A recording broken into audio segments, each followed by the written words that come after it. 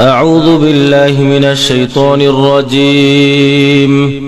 بسم الله الرحمن الرحيم. الحمد لله رب العالمين الرحمن الرحيم مالك يوم الدين. إياك نعبد وإياك نستعين. اهدنا الصراط المستقيم صراط الذين أنعمت عليهم غير المغضوب عليهم ولا الضالين. بسم الله الرحمن الرحيم. ألف لام ميم. ذلك الكتاب لا ريب فيه هدى للمتقين الذين يؤمنون بالغيب ويقيمون الصلاة ومما رزقناهم ينفقون والذين يؤمنون بما أنزل إليك وما أنزل من قبلك وبالآخرة هم يوقنون. أولئك على هدى من ربهم وأولئك هم المفلحون. إن الذين كفروا سواء عليهم أأنذرتهم أم لم تنذرهم لا يؤمنون. ختم الله على قلوبهم وعلى سمعهم وعلى أبصارهم غشاوة ولهم عذاب عظيم. ومن الناس من يقول آمنا بالله وباليوم الآخر وما هم بمؤمنين يخادعون الله والذين آمنوا وما يخدعون إلا أنفسهم وما يشعرون. في قلوبهم مرض فزادهم الله مرضا ولهم عذاب أليم بما كانوا يكذبون. وإذا قيل لهم لا تفسدوا في الأرض قالوا إنما نحن مصلحون ألا إنهم هم المفسدون ولكن لا يشعرون. وإذا قيل لهم آمنوا كما آمن الناس قالوا أنؤمن كما آمن السفهاء ألا إنهم هم السفهاء ولكن لا يعلمون. وإذا لقوا الذين آمنوا قالوا آمنا وإذا خلوا إلى شياطينهم قالوا إنا معكم إنما نحن مستهزئون. الله يستهزئ بهم ويمدهم في طغيانهم يعمهون. أولئك الذين اشتروا الضلالة بالهدى فما ربحت تجارتهم وما كانوا مهتدين. مثلهم كمثل الذي استوقد نارا فلما أضاءت ما حوله ذهب الله بنورهم وتركهم في ظلمات لا يبصرون. صم بكم عمي فهم لا يرجعون. أو كصيب من السماء فيه ظلمات ورعد وبرق يجعلون أصابعهم في آذانهم من الصواعق حذر الموت والله محيط بالكافرين. أو كصيب من السماء فيه ظلمات ورعد وبرق يجعلون أصابعهم في آذانهم من الصواعق حذر الموت والله محيط بالكافرين. يكاد البرق يخطف أبصارهم كلما أضاء لهم مشوا فيه وإذا أظلم عليهم قاموا ولو شاء الله لذهب بسمعهم وأبصارهم إن الله على كل شيء قدير. يا أيها الناس اعبدوا ربكم الذي خلقكم والذين من قبلكم لعلكم تتقون. الذي جعل لكم الأرض فراشا والسماء بناء وأنزل من السماء ماء فأخرج به من الثمرات رزقا لكم فلا تجعلوا لله أندادا وأنتم تعلمون وإن كنتم في ريب مما نزلنا على عبدنا فأتوا بسورة من مثله وادعوا شهداءكم من دون الله إن كنتم صادقين فإن لم تفعلوا ولن تفعلوا فاتقوا النار التي وقودها الناس والحجارة أعدت للكافرين وبشر الذين آمنوا وعملوا الصالحات أن لهم جنات تجري من تحتها الأنهار كلما رزقوا منها من ثمرة رزقا قالوا هذا الذي رزقنا من قبل وأتوا به متشابها ولهم فيها أزواج مطهرة وهم فيها خالدون إن الله لا يستحيي أن يضرب مثلا ما بعوضة فما فوقها فأما الذين آمنوا فيعلمون أنه الحق من ربهم وأما الذين كفروا فيقولون ماذا أراد الله بهذا مثلا يضل به كثيرا ويهدي به كثيرا وما يضل به إلا الفاسقين الذين ينقضون عهد الله من بعد ميثاقه ويقطعون ما أمر الله به أن يوصل ويفسدون في الأرض أولئك هم الخاسرون كيف تكفرون بالله وكنتم أمواتا فأحياكم ثم يميتكم ثم يحييكم ثم إليه ترجعون هو الذي خلق لكم ما في الأرض جميعا ثم استوى إلى السماء فسواهن 7 سماوات وهو بكل شيء عليم وإذ قال ربك للملائكة إني جاعل في الأرض خليفة قالوا أتجعل فيها من يفسد فيها ويسفك الدماء ونحن نسبح بحمدك ونقدس لك قال إني أعلم ما لا تعلمون وعلم آدم الأسماء كلها ثم عرضهم على الملائكة فقال أنبئوني بأسماء هؤلاء إن كنتم صادقين قالوا سبحانك لا علم لنا إلا ما علمتنا إنك أنت العليم الحكيم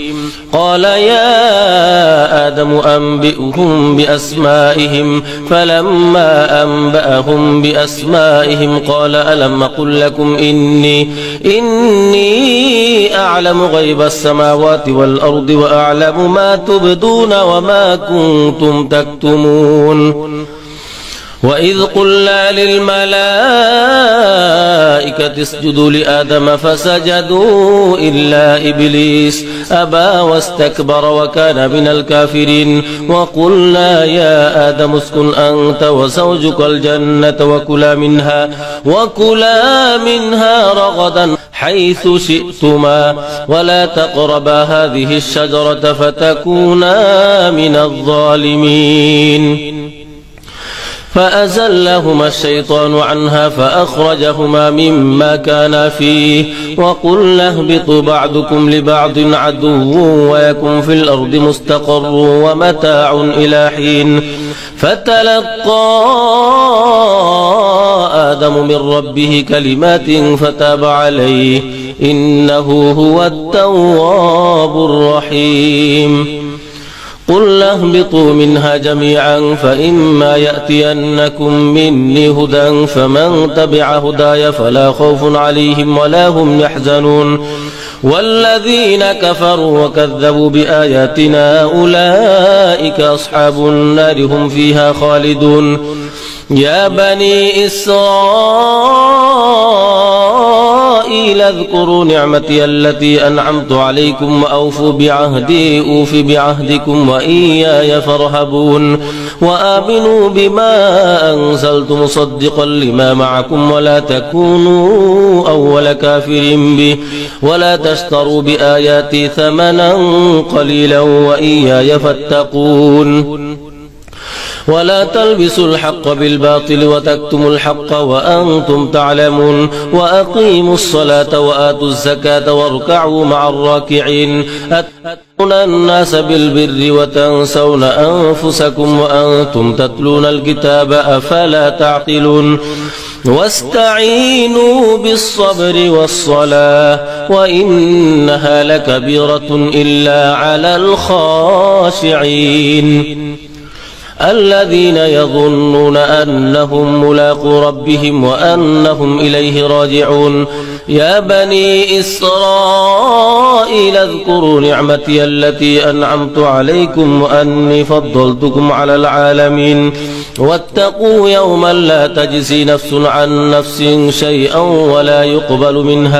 ولا يقبل منها شفاعة ولا يؤخذ منها عدل ولا هم ينصرون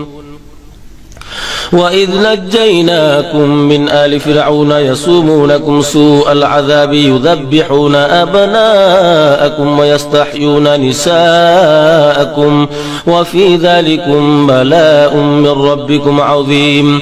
وإذ فرقنا بكم البحر فأنجيناكم وأغرقنا آل فرعون وأنتم تنظرون وإذ واعدنا موسى 40 ليلة ثم اتخذتم العجل من بعده وأنتم ظالمون ثم عفونا عنكم من بعد ذلك لعلكم تشكرون وإذ آتينا موسى الكتاب لعلكم تهتدون وإذ آتينا موسى الكتاب والفرقان لعلكم تهتدون وإذ قال موسى لقومه يا قوم إنكم ظلمتم أنفسكم باتخاذكم العجل فتوبوا إلى بارئكم فاقتلوا أنفسكم ذلكم خير لكم عند بارئكم فتاب عليكم إنه هو التواب الرحيم وإذ قلتم يا موسى لن نؤمن لك حتى نرى الله جهرة فأخذتكم الصاعقة وأنتم تنظرون ثم بعثناكم من بعد موتكم لعلكم تشكرون وظللنا عليكم الغمام وأنزلنا عليكم المن والسلوى كلوا من طيبات ما رزقناكم وما ظلمونا ولكن كانوا أنفسهم يظلمون وإذ آتينا موسى الكتاب والفرقان لعلكم تهتدون وإذ قال موسى لقومه يا قوم إنكم ظلمتم أنفسكم باتخاذكم العجل فتوبوا إلى بارئكم فاقتلوا أنفسكم ذلكم خير لكم عند بارئكم فتاب عليكم إنه هو التواب الرحيم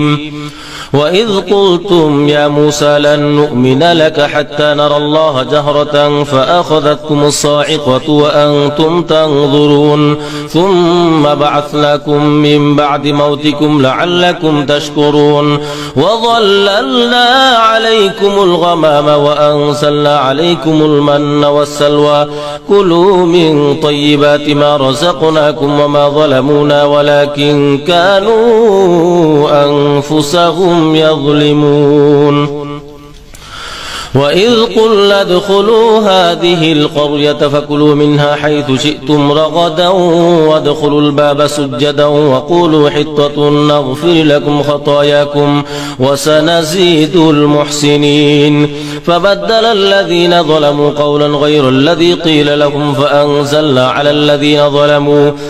فأنزلنا على الذين ظلموا رجزا من السماء بما كانوا يفسقون وإذ استسقى موسى لقومه فقلنا اضرب بعصاك الحجر فانفجرت منه 12 عينا قد علم كل أناس مشربهم كلوا واشربوا من رزق الله ولا تعثوا في الأرض مفسدين وإذ قلتم يا موسى لن نصبر على طعام واحد فادع لنا ربك يخرج لنا مما تنبت الأرض من بقلها وقثائها وفومها وعدسها وبصلها قال أتستبدلون الذي هو أدنى بالذي هو خير اهبطوا مصرا فإن لكم ما سألتم وضربت عليهم الذلة والمسكنة وباءوا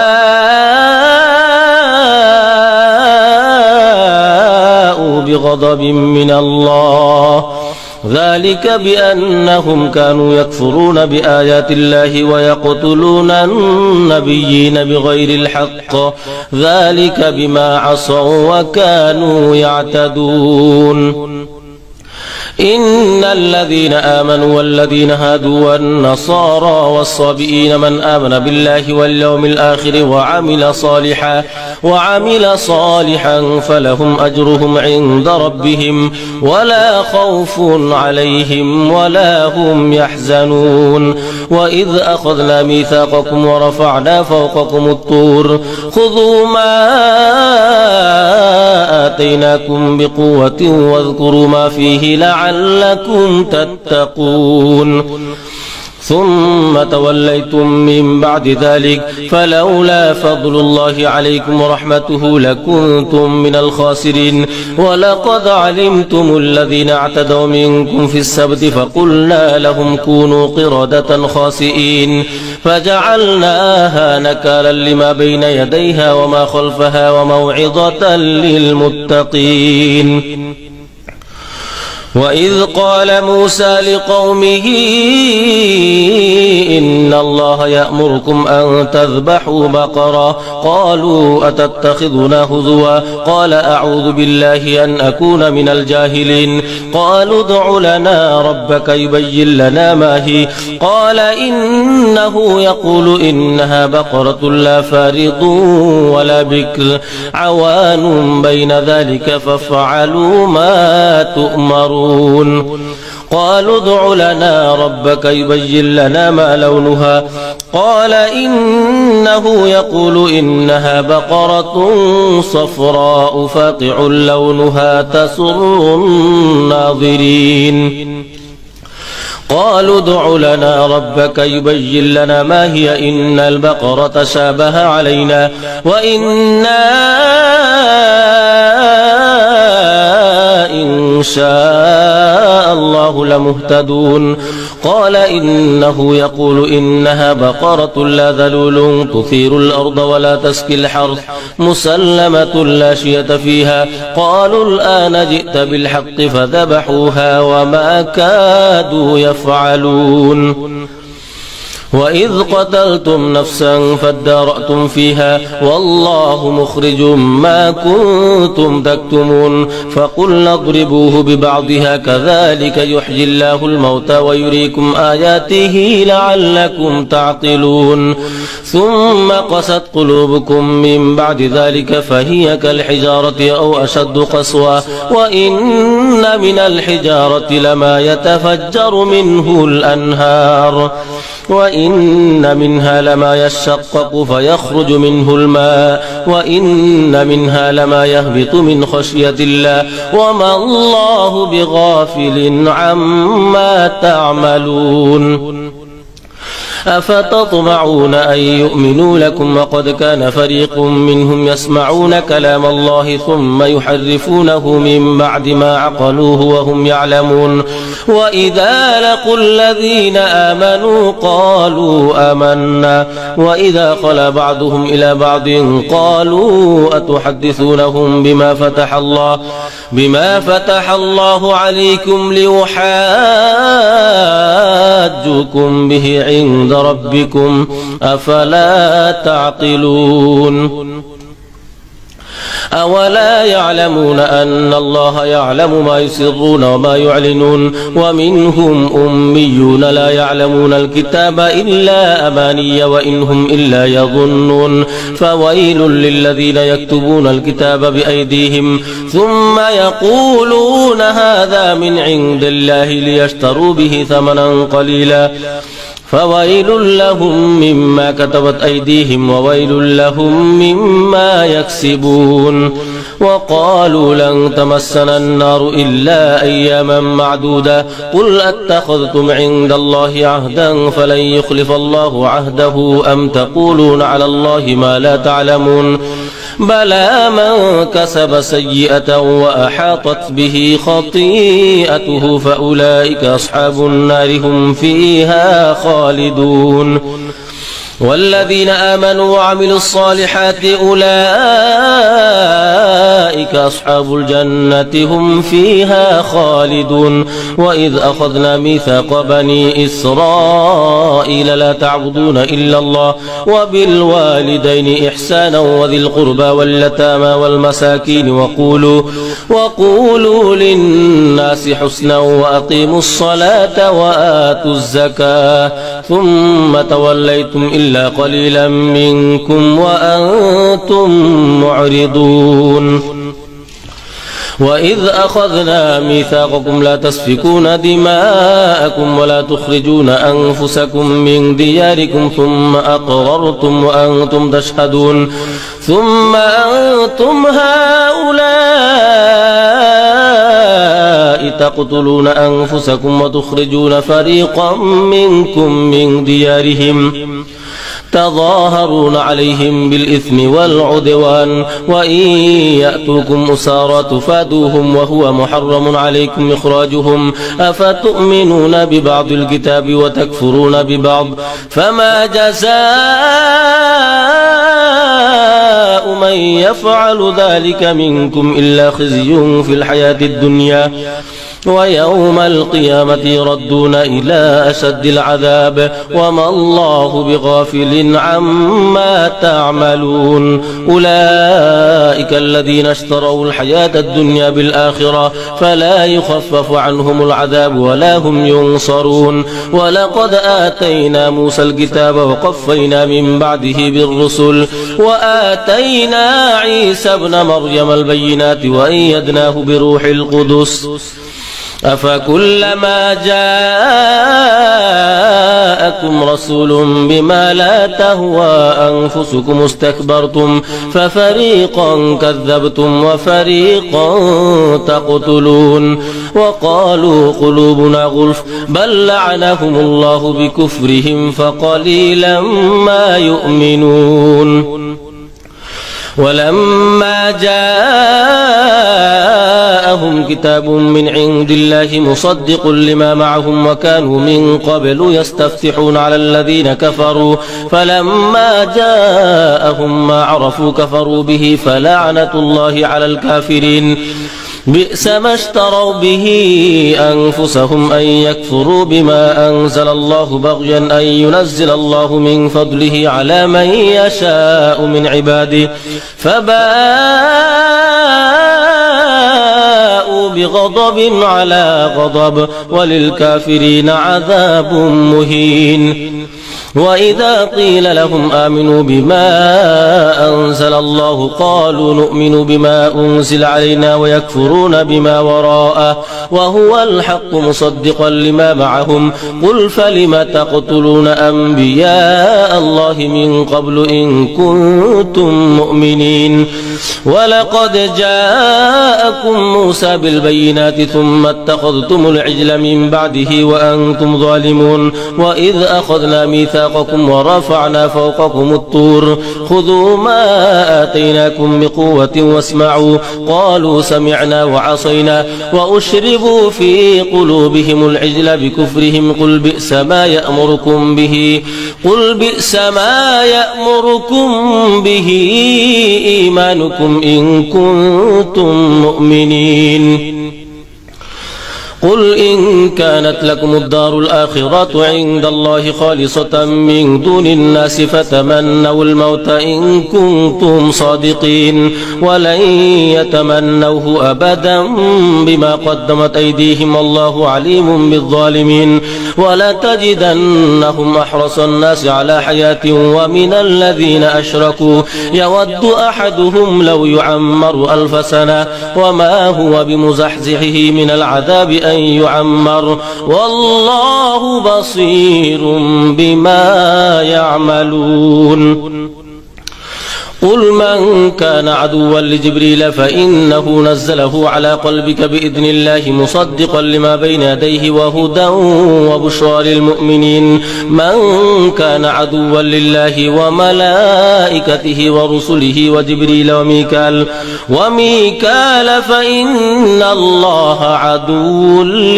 للكافرين ولقد أنزلنا إليك آيات بينات وما يكفر بها إلا الفاسقون أو كلما عاهدوا عهدا نبذه فريق منهم بل أكثرهم لا يؤمنون ولما جاء رسول من عند الله مصدق لما معهم نبذ فريق من الذين أوتوا الكتاب كتاب الله وراء ظهورهم كأنهم لا يعلمون واتبعوا ما تتلو الشياطين على ملك سليمان وما كفر سليمان ولكن الشياطين كفروا يعلمون الناس السحر وما أنزل على الملكين ببابل هاروت وماروت وما يعلمان من أحد حتى يقولا إنما نحن فتنة فلا تكفر فيتعلمون منهما ما يفرقون به بين المرء وزوجه وما هم ضارين به من أحد إلا بإذن الله ويتعلمون ما يضرهم ولا ينفعهم ولقد علموا لمن اشتراه ما له في الآخرة من خلاق ولبئس ما شروا به أنفسهم لو كانوا يعلمون ولو أنهم آمنوا واتقوا لمثوبة من عند الله خير لو كانوا يعلمون يا أيها الذين آمنوا لا تقولوا راعنا وقولوا انظرنا واسمعوا وللكافرين عذاب أليم ما يود الذين كفروا من أهل الكتاب ولا المشركين أن ينزل عليكم من خير من ربكم والله يختص برحمته من يشاء والله ذو الفضل العظيم ما ننسخ من آية أو ننسها نأتي بخير منها أو مثلها ألم تعلم أن الله على كل شيء قدير ألم تعلم أن الله له ملك السماوات والأرض وما لكم من دون الله من ولي ولا نصير أم تريدون أن تسألوا رسولكم كما سئل موسى من قبل ومن يتبدل الكفر بالإيمان فقد ضل سواء السبيل ود كثير من أهل الكتاب لو يردونكم من بعد إيمانكم كفارا حسدا من عند أنفسهم من بعد ما تبين لهم الحق فاعفوا واصفحوا حتى يأتي الله بأمره إن الله على كل شيء قدير وأقيموا الصلاة وآتوا الزكاة وما تقدموا لأنفسكم من خير تجدوه عند الله إن الله بما تعملون بصير وقالوا لن يدخل الجنة إلا من كان هودا أو نصارى تلك أمانيهم قل هاتوا برهانكم إن كنتم صادقين بلى من أسلم وجهه لله وهو محسن فله أجره عند ربه ولا خوف عليهم ولا هم يحزنون وقالت اليهود ليست النصارى على شيء وقالت النصارى ليست اليهود على شيء وهم يتلون الكتاب كذلك قال الذين لا يعلمون مثل قولهم فالله يحكم بينهم يوم القيامة فيما كانوا فيه يختلفون ومن أظلم ممن منع مساجد الله أن يذكر فيها اسمه وسعى في خرابها أولئك ما كان لهم أن يدخلوها إلا خائفين لهم في الدنيا خزي ولهم في الآخرة عذاب عظيم ولله المشرق والمغرب فأينما تولوا فثم وجه الله إن الله واسع عليم وقالوا اتخذ الله ولدا سبحانه بل له ما في السماوات والأرض كل له قانتون بديع السماوات والأرض وإذا قضى أمرا فإنما يقول له كن فيكون وقال الذين لا يعلمون لولا يكلمنا الله أو تأتينا آية كذلك قال الذين من قبلهم مثل قولهم تشابهت قلوبهم قد بينا الآيات لقوم يوقنون إنا أرسلناك بالحق بشيرا ونذيرا ولا تسأل عن أصحاب الجحيم ولن ترضى عنك اليهود ولا النصارى حتى تتبع ملتهم قل إن هدى الله هو الهدى ولئن اتبعت أهواءهم بعد الذي جاءك من العلم ما لك من الله من ولي ولا نصير الذين آتيناهم الكتاب يتلونه حق تلاوته أولئك يؤمنون به ومن يكفر به فأولئك هم الخاسرون يا بني إسرائيل اذكروا نعمتي التي أنعمت عليكم وأني فضلتكم على العالمين واتقوا يوما لا تجزي نفس عن نفس شيئا ولا يقبل منها عدل ولا تنفعها شفاعة ولا هم ينصرون وإذ ابتلى إبراهيم ربه بكلمات فأتمهن قال إني جاعلك للناس إماما قال ومن ذريتي قال لا ينال عهد الظالمين وإذ جعلنا البيت مثابة للناس وأمنا واتخذوا من مقام إبراهيم مصلى وعهدنا إلى إبراهيم وإسماعيل أن طهر بيتي للطائفين والعاكفين والركع السجود وإذ قال إبراهيم رب اجعل هذا بلدا آمنا وارزق أهله من الثمرات من آمن منهم بالله واليوم الآخر قال ومن كفر فأمتعه قليلا ثم أضطره إلى عذاب النار وبئس المصير وإذ يرفع إبراهيم القواعد من البيت وإسماعيل ربنا تقبل منا إنك أنت السميع العليم ربنا واجعلنا مسلمين لك ومن ذريتنا أمة مسلمة لك وأرنا مناسكنا وتب علينا إنك أنت التواب الرحيم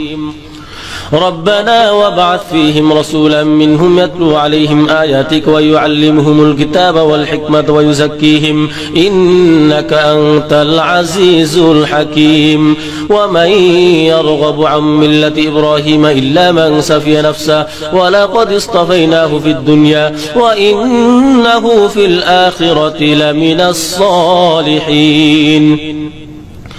إذ قال له ربه أسلم قال أسلمت لرب العالمين ووصى بها إبراهيم بنيه ويعقوب يا بني إن الله اصطفى لكم الدين فلا تموتن إلا وأنتم مسلمون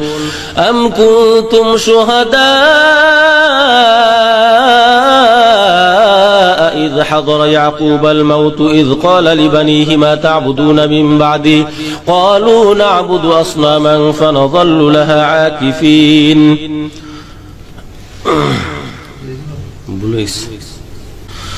أم كنتم شهداء إذ حضر يعقوب الموت إذ قال لبنيه ما تعبدون من بعدي قالوا نعبد إلهك وإله آبائك إبراهيم وإسماعيل وإسحاق إلها واحدا ونحن له مسلمون تلك أمة قد خلت لها ما كسبت ولكم ما كسبتم ولا تسألون عما كانوا يعملون وقالوا كونوا هودا أو نصارى تلك أمانيهم قل هاتوا برهانكم إن كنتم صادقين وقالوا كونوا هودا أو نصارى تهتدوا قل بل ملة إبراهيم حنيفا وما كان من المشركين قولوا آمنا بالله وما أنزل إلينا وما أنزل إلى إبراهيم